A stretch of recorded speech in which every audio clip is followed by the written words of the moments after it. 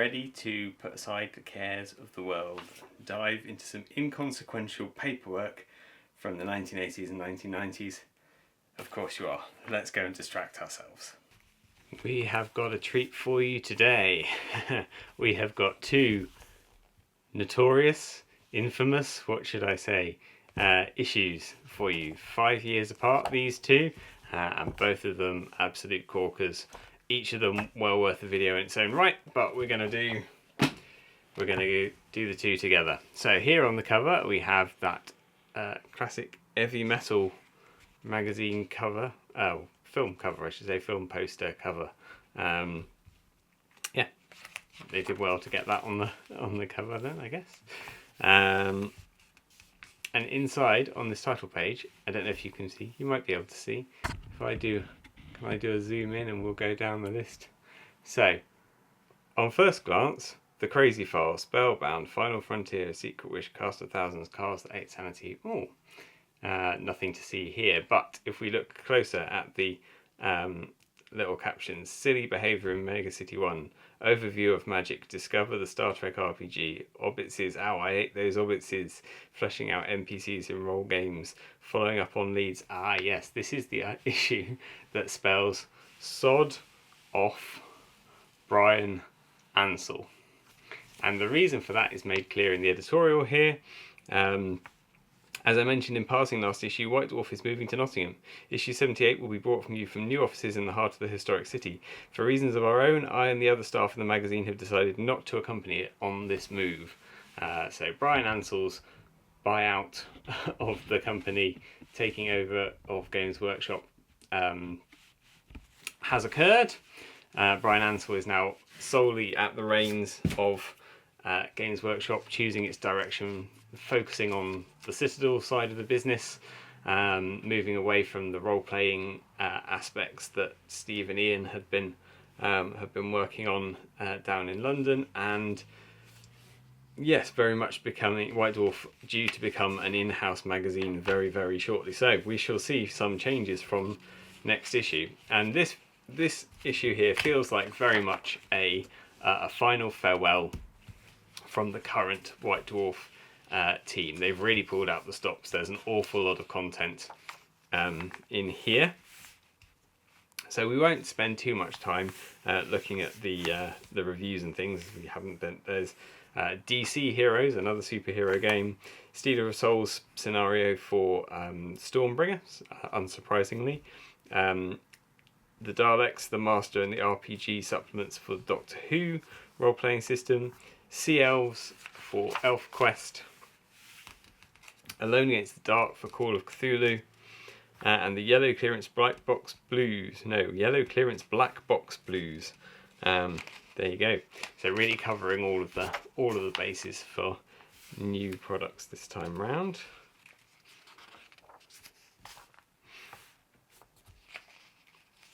Fantasy and science fiction books reviews, some film reviews.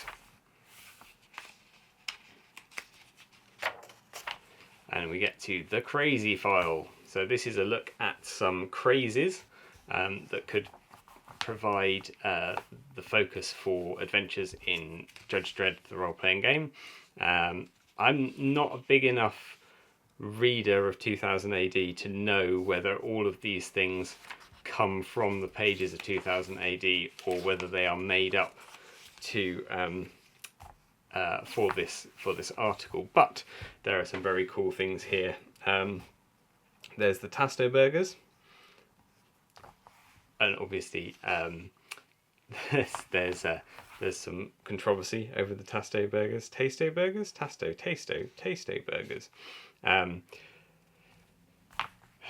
Basically a gourmet's attempt to create real food with real ingredients goes down really badly in Mega City 1 because everyone's so used to the synth food, and so he's taken his real nutritious actual food and dressed it up to taste like crap, worthless food that people will eat, but then there's some fallout because he gets discovered, he gets rumbled that he's got actual naturally occurring ingredients, boo hiss, in his meals.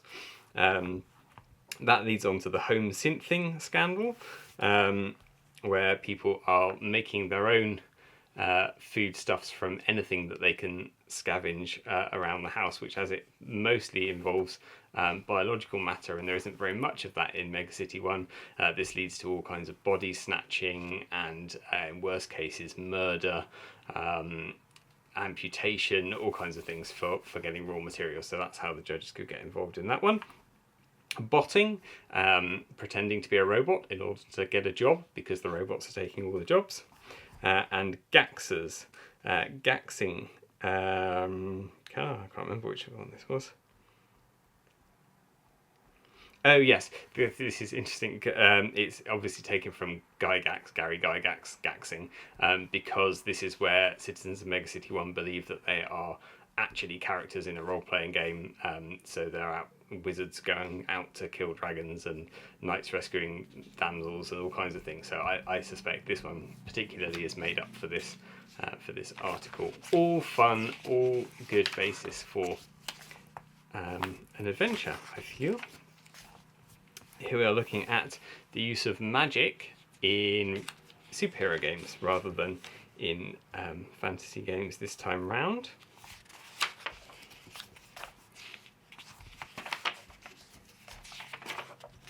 Here's a particularly colourful page looking at how to make Star Trek games work. Okay, I'm not a big Star Trek fan, so I couldn't say how accurate this was, but it looks like a very thoroughly researched article on the kind of tropes that are prevalent in most Star Trek episodes, and ways to turn them around and put certain spins on them so that you're not replicating episodes predictably, and you're not just taking the characters that exist. You've got some material to make up other characters, and link stuff together in an effective looking way. The Travellers, it says to be concluded. I guess we shall see if there is another episode of the Travellers occurring when the White Dwarf team moves. We have A Secret Wish. This is an adventure for Middle-earth role-playing and also for D&D. I have to say, although the history of all of this is rooted in the history of Middle-earth, this takes as its idea that the Glorfindel that we meet in the household of Elrond in the Third Age is the same Glorfindel as is mentioned in an earlier age of Middle-earth at the time of the fall of Gondolin. And this details what he's been up to in the in-between, what's happened to him, and involves the players in some discovery. It is set in this very cool Hobbit halfling stronghold that is built into a tree, and I guess it fits with a sort of 70s, early 80s reading of Lord of the Rings. It wouldn't fit with the sort of post-Peter Jackson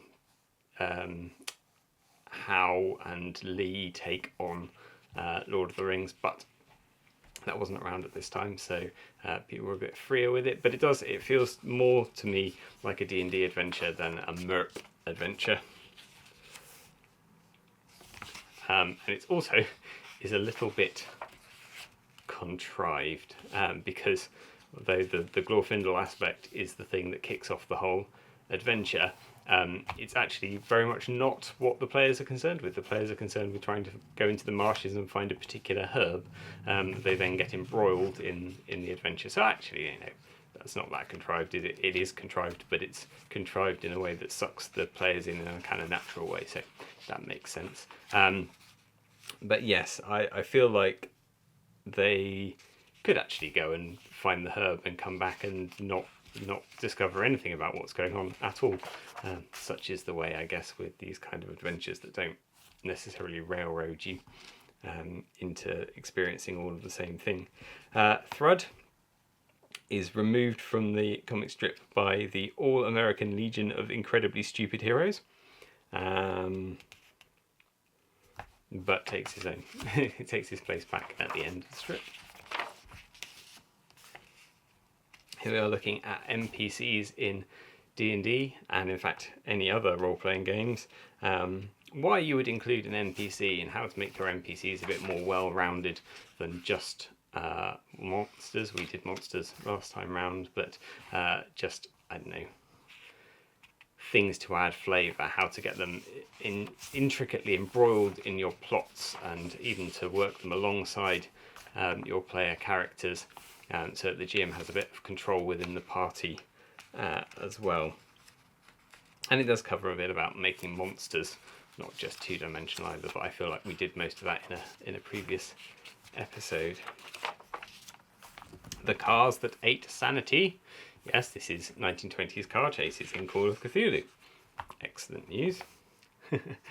Now you can have a car chase in the 1920s. Here's an early, I guess, conversation about heroines, female characters in role-playing games, and why they shouldn't be massively stereotyped in the way that they quite frequently are in fantasy art and things of this period. So, a helpful conversation. A bit sad that it's necessary to have such a conversation, but good that it was taking place, I guess. And of course D&D now I think is fairly good at representing, I don't know actually, I could be talking complete rubbish. It feels like it is from what I've seen, but I don't play the recent editions of D&D, so I couldn't tell you whether the representation was inherent within the rules or whether just that the community is not full of dicks. In metaphorically and in actuality. Here is this month's Tabletop Heroes, discussing double exposure photography techniques to create very of their period artwork like this. Quite cool though. Yeah, with lots of use of card templates and things. There's some very cool things here from Fraser Gray, who you will know, of course. Fraser Gray's early modelling stuff here. Some Phil Lewis painting on Elric and Corum and Skaven and Cyberman. Very pretty, and these photos now loads better quality photographs. Ta-da! Right, Gobbledygook. Gobbledygook is sent into a parallel dimension to find a rock, and brings back rather more than Wizilevard bargained for. But then if you're going to send Gobbledygook on a mission, what do you expect? Here's some news and stuff. Forthcoming Citadel Journal with an interesting image of Heinrich Kammler and of so I was going to say Elric, not Elric. Caleb Dark there. You know that's the same thing, right? Caleb Dark anyway. Yes, the new Spring Journal is coming out. Here are some small ads in small text. And the back cover of the Daily Bugle, which sadly mostly consists of blah blah rhubarb, blah blah rhubarb, rhubarb, rhubarb, blah blah. I feel like this just being an advert for Marvel superheroes, but they could provide a little bit of adventure hooks along the way. It doesn't just have to be lorem ipsum text most of the way through this advert. But there you go. Right, there we are. That is White Dwarf 77, May 1986, and the last White Dwarf to be produced by the London White Dwarf team. Moving ahead 5 years, here we are in 1991 with a Les Edwards cover, beautiful Les Edwards cover, and we know what this is. This is Confrontation. Yes, we are back with Confrontation, and this time we are getting some rules, people, that actually start trying to play this game.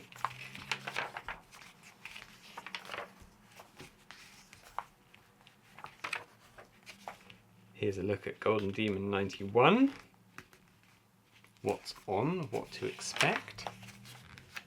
And here's the layout in Derby City Centre. You've got lots of retail stands, regional games of 40k, Realm of Chaos, Space Marine, Space Hulk and Warhammer Fantasy Battle. Here are some stands. Here's speed painting. The Marauder stand is tucked away over here. Novels and things, and then here's your Golden Demon displays and selling of paints and brushes, of course.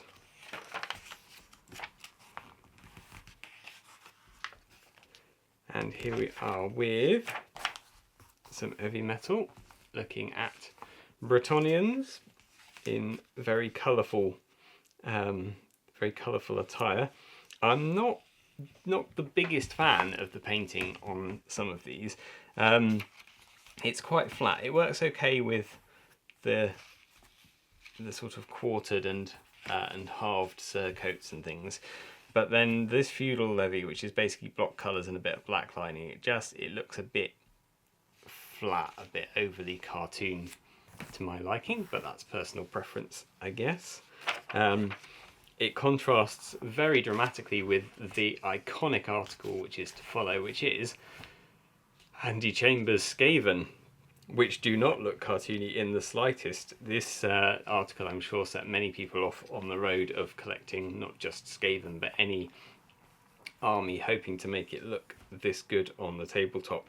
And I've mentioned previously, I think, that I personally feel like the photography in White Dwarf at this time really shows off this army. In fact, if I zoom in here, hopefully we'll be in focus. Oh, maybe we're not in focus. Hold on. There we go. Now we're in focus. Now you can see what I'm talking about. Here's the bright and colourful Bretonnians in their not very shaded or highlighted block colours with black lining, which looks bold and colourful. And then here's Andy Chambers' Skaven, which is lots of layers of washes and dry brushes and daubed paint and all kinds of textural things. And I mean, it's such a different world, isn't it? If you cover this half off, you get the really bright and colourful, really gribbly, and I know which side of the table I prefer. And it suits, because Bretonnians are supposed to be bright and colourful, and Ratmen are supposed to be chaotic and evil and gribbly, but what a difference in paint styles. And I think that was really groundbreaking, really important in White Dwarf, to see that other paint styles are available. As we go on into the 90s and you get the heavy metal style, sometimes it drifts. They don't get many people in to bring in their own armies, and when they do, they tend to be kind of copies of the heavy metal paint style, and that doesn't. It's good. I mean, I like the heavy metal paint style. I'm a big fan of the heavy metal paint style, but it's nice to see different styles of painting, see how the same models can look different with different paintwork on, and I feel like that was present quite a lot in this era, maybe because Games Workshop didn't have the staff to be painting absolutely everything all of the time. It didn't have big enough armies without people bringing their own stuff as well, but yeah, I did feel like that sort of drifted out in the late 90s and everything became very house style. I have seen some more recent pictures of Andy Chambers' Skaven army a good few years back now. He posted some photos against white backgrounds with new modern digital photography of these models, and I didn't like them as much. I feel like this is another instance that the White Dwarf photography of the period lends itself to this army, because firstly it makes them look a bit more yellow, and that's partly the lighting and partly the film processing. It sort of blends the colours in together a bit. With the new modern photos of the army, everything looks a little bit disparate in terms of colours. Some of the colours are a bit too bright, I think, but the photography here just harmonises everything, brings it all in together, which is an important lesson to learn, that the photography of something, if that's how something's going to be seen, the photography really is the thing you've got to bear in mind. I was reading the what's it called, Talking Miniatures book recently, and Mike McVeigh was saying that from his perspective, the the miniature that you hold in your hand, the thing that's going in the cabinet, is not the final thing from an heavy metal perspective, because it's going to be photographed and it's going to be seen by a lot more people in photographs than it is in person. And so actually to be thinking of how the camera and the photography process is going to change the look of that figure is really important to know that, so that you do the right things and you don't just do what looks good to your eye in person. It's got to read well in the camera as well. Here's another comparative image. But yes, I felt also the white backdrops didn't really help this army. It helps show up what's there a bit more clearly, I guess, but this is an army that needs to kind of blend into the background, I think. So yeah, I was a little bit disappointed, but it did the thing that it needed to do, which was to spur off a load of gamers into collecting and painting stuff back in the day. So it achieved the purpose and inspired a lot of people. I know that article. Here is another classic. It is The Fantasy Townhouse by Dave Andrews and Phil Lewis. This particular building is in the cabinet at Foundry. It still looks like this today. It's in really good nick. It's absolutely lush. And here's how you build it out of good old foam core and balsa wood and cardboard and lolly sticks. The same way that I still get my architecture students to try and build stuff these days, although they're not building anything as cool as this. But they like to go off and 3D print stuff, as I guess most hobbyists like to go off and 3D print stuff these days as well, which feels a bit sad to me. There's definitely something for me in the building it by hand, making something that even if you've done it from a template, it's not going to come out the same twice. It's going to be unique to you. You put your own touches to it. And there's just something of soul in something. It's the same with a traditionally sculpted miniature. You can sculpt a digital miniature that looks like it's been traditionally sculpted, but it still loses something in the soul of the thing, which I know isn't actually a thing. That's the best way that I can describe how it feels to me, that I can tell a digital sculpt even if it's in the style of a traditional sculpt, because it just doesn't have something that when I see a traditional sculpt, a good one, or I grant you, not necessarily all traditional sculpts, but when I see a good traditional sculpt, something within me sings and I get interested in it. And it's the same with the scenery.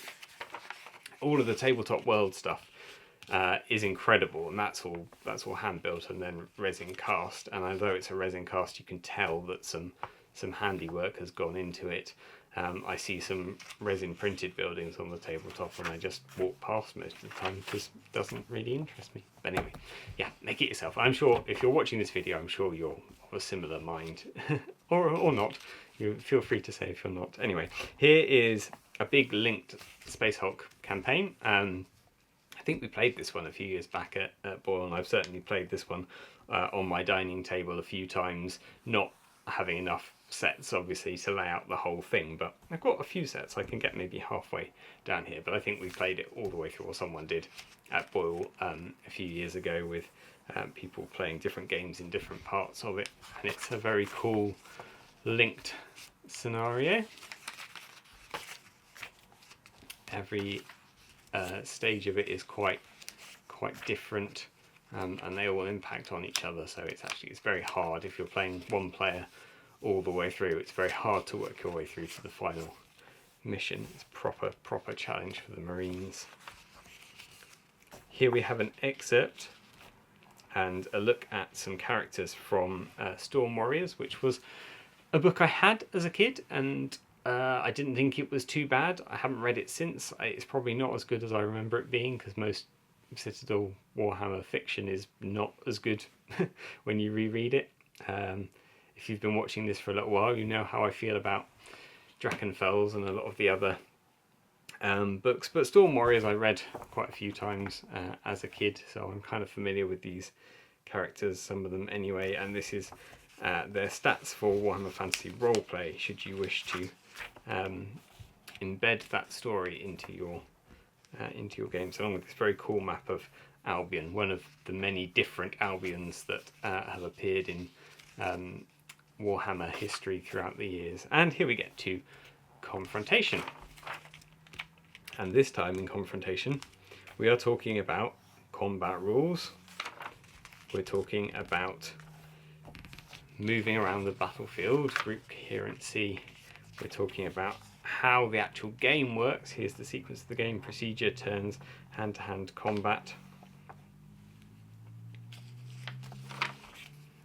The turns phase, and this is quite an interesting game for its time, particularly for Games Workshop, because this is not an I go you go game. This is each model has its own activation and they go in initiative order. Does that sound familiar? Anybody who's played The Woods or Factious Waste? Yes, I know, yes. We didn't invent it. It was around before, and I think actually reading the rules, although I've never played, reading the rules for Confrontation is definitely one of those things that stuck in my head, because the history of The Woods and Factious Waste, as you may know from previous videos, is Factious Waste, which came first, grew out of trying to do a version of Necromunda or something like Necromunda, in that it was sort of industrial gang based stuff, which was less just about moving and shooting things and more about the use of the environment, and more kind of role play than Necromunda, because I felt like you've got these fantastic tables and it's just a bit of a waste to then not have people engaging with the terrain, being able to use terminals, being able to use lifts and things. And I think probably new Necromunda deals with that and addresses that as well in its own way. But Factious Waste was my way of trying to make that work, and I'm certain that I went back to Confrontation and looked at some of the things from Confrontation that I thought had been missed in translating it into Necromunda, and the alternating miniatures is definitely one of those things that makes the game far more interesting. It also breaks everything down into actions, and everything has an action cost. But in this case, different from Factious Waste, where each character will have a slightly different number of actions they can take based on their stamina. In this case, everyone's got the same number of actions that they can take, but then it's broken down into the sort of relevant distance you can run in an action, or shots you can get off in an action, or how much you can do. So it provides a framework, and that's what I was trying to do with Factious Waste as well, was just to provide a framework for models to do what they need to do on the tabletop, and all you're trying to do is chop it up into time sections, so that one model isn't doing 10 minutes worth of actions and then the next model's doing 10 minutes worth of actions. You're trying to make it so that models are really acting concurrently, but in actual fact, for the purposes of gameplay, they have to go one after the other, but you're trying to make it look as if they're really all acting simultaneously. And that's something that Confrontation does really well, because it puts that sort of role play aspect onto things. It was something that Inquisitor then came back and did a lot later on, which is why Inquisitor is probably my favourite of the Games Workshop rule sets. It's very much like Confrontation in a lot of ways. It's just a bit easier to play than Confrontation, partly because all the rules are there, but partly because it doesn't rely so much on the tables and different dice and things that Confrontation does. A percentile system is always easier to work out modifiers and things on than if you're rolling different dice and stuff. But I think Inquisitor very much took a lot of inspiration from Confrontation, and I feel it is a much more interesting game, a bit more complex game to play than Necromunda, but the character and the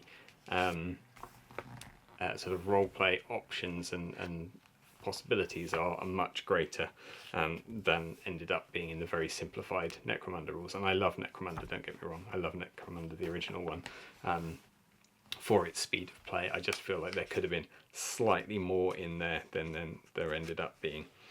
So you've got loads of rules here for, I'm sort of just talking over flipping the pages, but who can see what's cover, firing in different modes, different methods, and then some rules on trading equipment between gangs after games. Some Elder Guardians and some more Bretonnians, but this time Bretonnians with that classic townhouse, and some Marauder fanatics and some old school greenskins looking pretty gorgeous there in this setup. Look how great this setup is. Another thing that came out of reading Talking Miniatures recently was they highlighted, I can't remember who it was, maybe Andy Chambers highlighted the difference in photography between this and some of the earlier copies of issues of White Dwarf, and maybe we'll get onto that. I think when they move up to the Nottingham studio, that'll become apparent, and we'll get onto that in months and possibly years to come, but hopefully just months. But this very much looking like it could be a game in progress, albeit a very staged game with lots of blocks very close to each other. This looks like it could be a game in progress, as opposed to the earlier big scenes in White Dwarf that were supposed to look more like kind of dioramas. Didn't really give you an impression of what the gameplay might be like. So that was a very deliberate choice. In this period, they started staging these big shots to give you a sense of what it was like to play the game, rather than just a sense of what the world was like. One of the many marketing decisions that were taken, but I think, sensible marketing decisions, not purely cynical marketing decisions. So there we are. I've waffled long enough. We have 2 White Dwarfs, 2 very key issues. If you have a White Dwarf collection and you have not these 2 issues, you need to go and get yourself these 2 issues. They are well worth a read, and definitely at the height of their game for this era, in my humble opinion. And next week we'll be looking at 5 years onwards, but we'll deal with that next week. In the meantime, take care, and I shall see you then.